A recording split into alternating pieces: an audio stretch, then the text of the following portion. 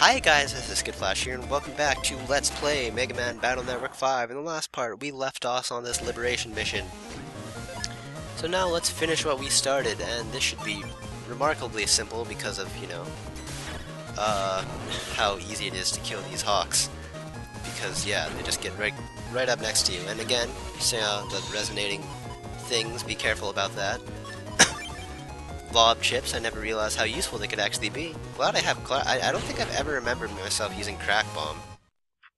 But it's a really useful chip. It cracks the ground and it hits it hits a whole row. Or a column, rather. And cool, so now we destroyed all the dark holes, we can actually fight Shady Man, that's his name. We're gonna attack this one, then this one, then this one, and then I'll use Mega Man. Okay, cool. So again, using pro MLG strats as much as possible to make things quicker, we should be able to fight him and possibly beat him within the next turn because of, being cool. Again, if you actually fail liberation missions, then that obviously becomes a problem that you have to deal with. So I won't lie when I say sometimes that can actually be difficult to deal with because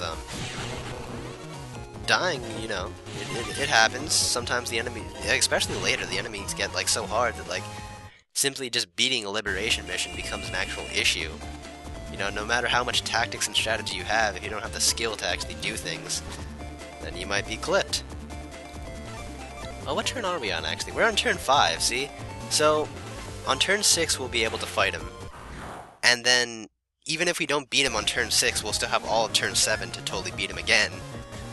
Or rather, to totally finish him off. So we have, a ton of time to be doing this. I don't know why I used Sword. That was such a terrible idea. I guess I can kill this guy. I didn't realize that I was at a disadvantage. I mean, that's the whole reason I picked Magnet Man, because I knew that we'd be at a disadvantage, and I guess he doesn't exactly shine. I think the only reason I'm saying that is because at the moment, his Buster ability is much better than, Mega Man, so he's kind of the only alternative we have. It's pretty much you just don't want to use Proto Man in situations like that, is what I'm trying to say. And let's use Wide Sword to even out the playing field, so we have a fair situation when we're fighting Shade Man. If you can even spend an extra turn to make it so that he's fighting you with you fight him with an advantage, and that'd just be hilarious. Oh my gosh, I just totally got wrecked because of something. It probably was something along those lines. Holy crap, that's not good. That's not good at all.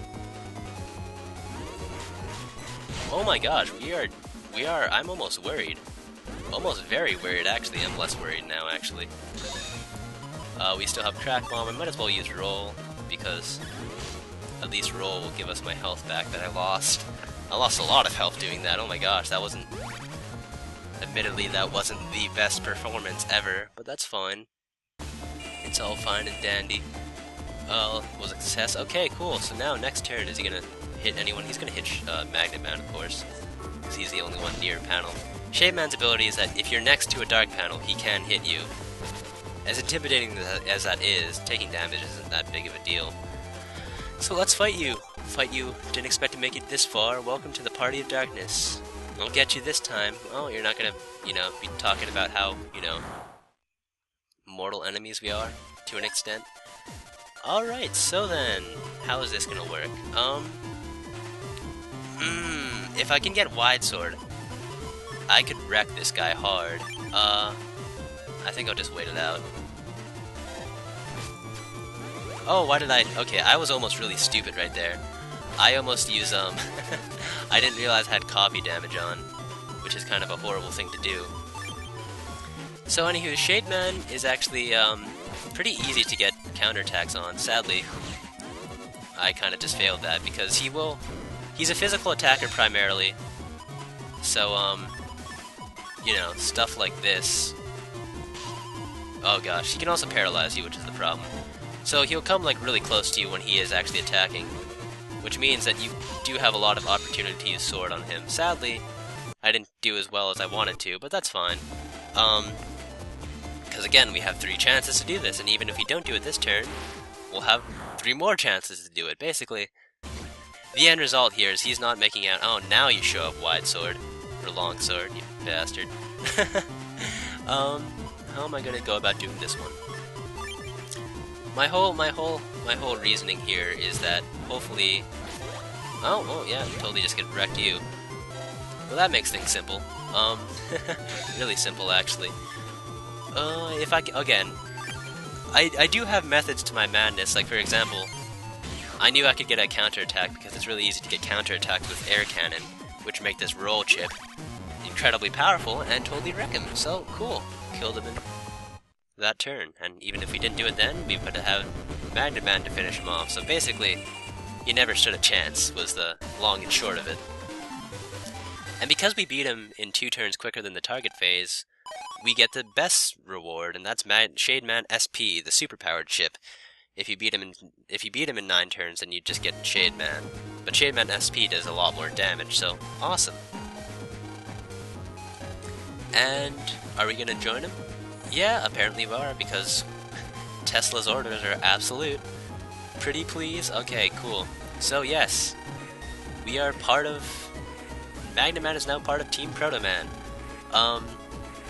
And my keywords, my soul resonates with your staunch defensive power. What that means is now we get Magnet Soul. This was a thing introduced in Mega Man Battle Network 4, and we'll be showing that off soon enough when they actually do the in-game tutorial for it soon enough.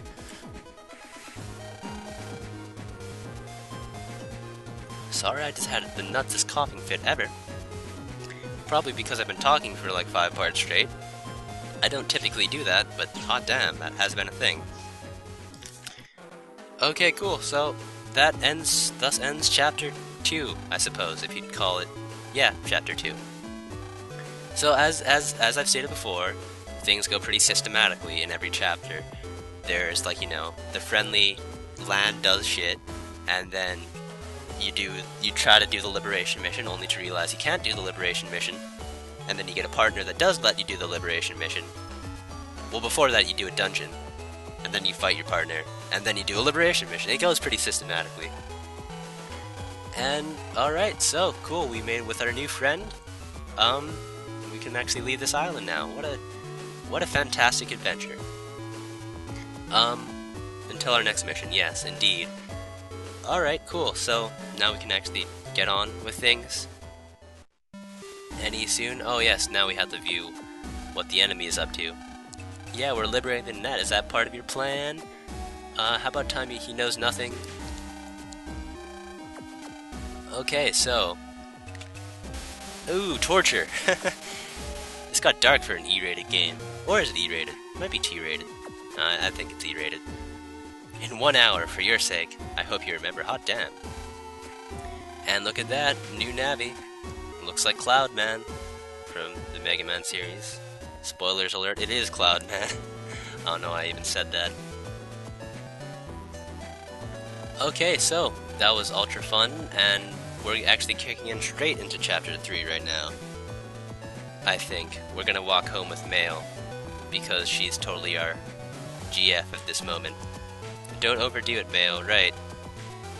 Because she's totally the one on a, like, you know, internet liberation force trying to rid the internet of evildoers. She doesn't even have a Navi right now.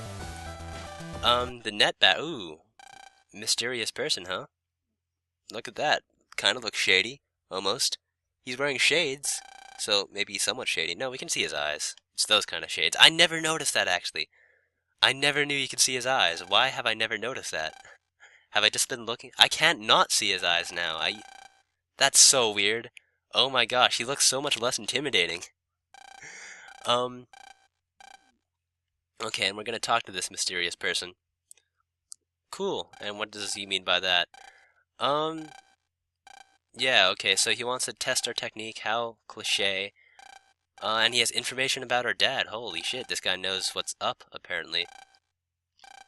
And he wants us to find his Navi in the back of the Squirrel Comp. This can be actually kind of annoying. For one thing, Squirrel Comp is kind of a maze, but for the more important thing is that there are a ton of goodies to get in Squirrel Comp. And I'll be showing a map of the place, maybe, somewhere. Maybe right now, on the screen or something. Just to show what's up. Or maybe I'll keep it on the screen because we'll be having to use it the entire time. Oh, and we got a message from COD, actually, damn it, yes, he's gonna explain, Double Soul with us. Yes, open the training attachment, please.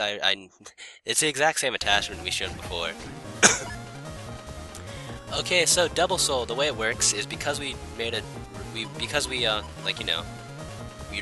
with Magnet Man, we now have Magnet Soul. To use Magnet Soul, you have to use an electrical powered chip and unite. You sacrifice that chip, meaning you're not actually going to use that chip, but you'll use it to actually make the Double Soul. And each soul's had different properties. Your buster changes and you get some cool things. I'll try to be showing them off. For one thing, Magnet Soul, you can actually charge electrical chips to do twice the amount of damage as they normally do. Your buster is an attack that drives them to the front of the stage and attacks. If you press B and back, you'll actually lock them in that position, and they won't be able to move for a while. Very good if you want to hit someone with like a lob chip or something, because they'll be stationary and then you can totally just wreck them. Kind of very cool. You can't sacrifice regular chips, like let's say HPMemory. We couldn't use HPMemory to use a soul, mostly because we don't really... The mark chip isn't something we could use at this moment in time. And Double Soul only lasts 3 turns, and you can only use that specific Double Soul once per battle, so you can't use Magnet Soul twice. And that email is probably just, yes, what Magnet Soul does in specific. Okay, cool. So again, put it on the map here. If you go right, that will take you the way to Gyro Man, is where we're going. But if you go left, you can get a whole bunch of stuff, and I will be cutting probably all of these because this is just going to be such a long process. I could fast forward it, but then I realized that I'd have to, like, go through all the post commentary to do that, and that just wouldn't be fun. I think I can go through it here. Anywho's, on the picture I'm showing you, this is ripped straight out of my strategy guide, actually. The green boxes are areas that have treasure, and then I totally didn't do anything right there. The green areas are places that have treasure, and then the yellow areas are ones that don't. This is a new enemy, Fanfare. I think that's what it's called, or maybe it's just called Trumpy, or something along those lines. They're kind of annoying enemies. They're support enemies that I use at the most horrible moment. Basically, when they start ringing their trumpet, you can't hurt any of the enemies around you. Different Trumpies have different effects. Like, some of them will actually confuse you. Just basically know that they are mostly always annoying, and you just don't want to deal with them at all.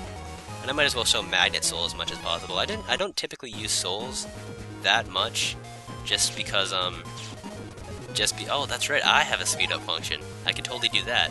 So again, as much as out of the way as it is, it's kind of really beneficial. Oh god, how am I gonna do this? I have to move things around to make sure I don't break any rules here.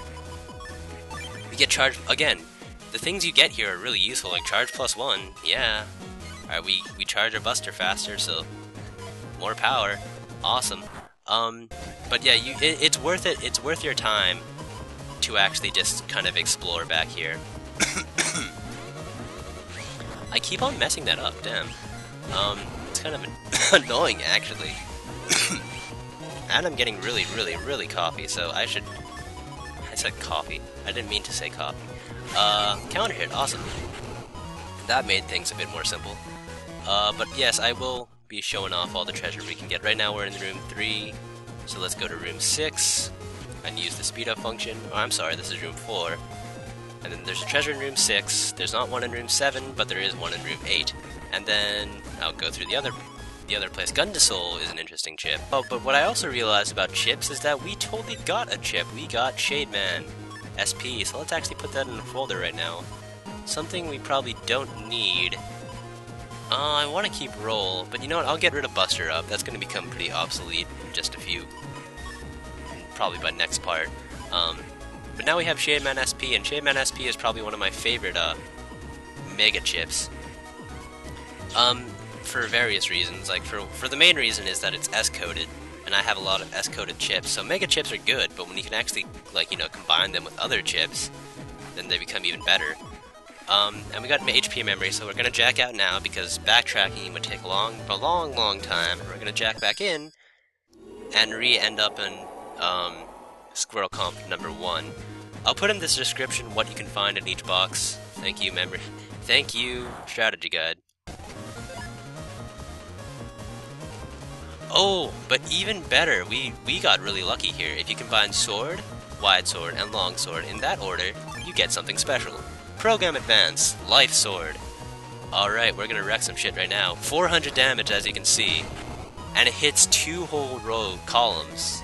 It kind of like combines life sword, wide sword, and long sword, and it does 400 goddamn damage. It is very cool. Those are program advance. That's the first program advance I've shown actually so far. Program advances, if you combine 3 specific chips, typically a specific code too, you will actually make a chip that does just a ton of damage. They're hard to set up because like a lot of it is luck based, but if you can do it, if you have like a lot of program advances in your, chip code, then you can get program advances often and then totally just wreck the day. Like Protoman, our first fight with Protoman, we could have ended that immediately with a Giga Cannon chip, and that would have just been hilarious. We didn't really have Giga Cannon is Cannon A, B, and C. We haven't shown that off yet, but it has 400 damage just like Life Sword does. But anywho's, collecting more of the powers. Regular up, that's less cool. Pretty much Charge and HPMemory were the 2 big important ones that we wanted. But the other things are worth getting to, as long as we're here. That didn't actually take as long as we wanted to.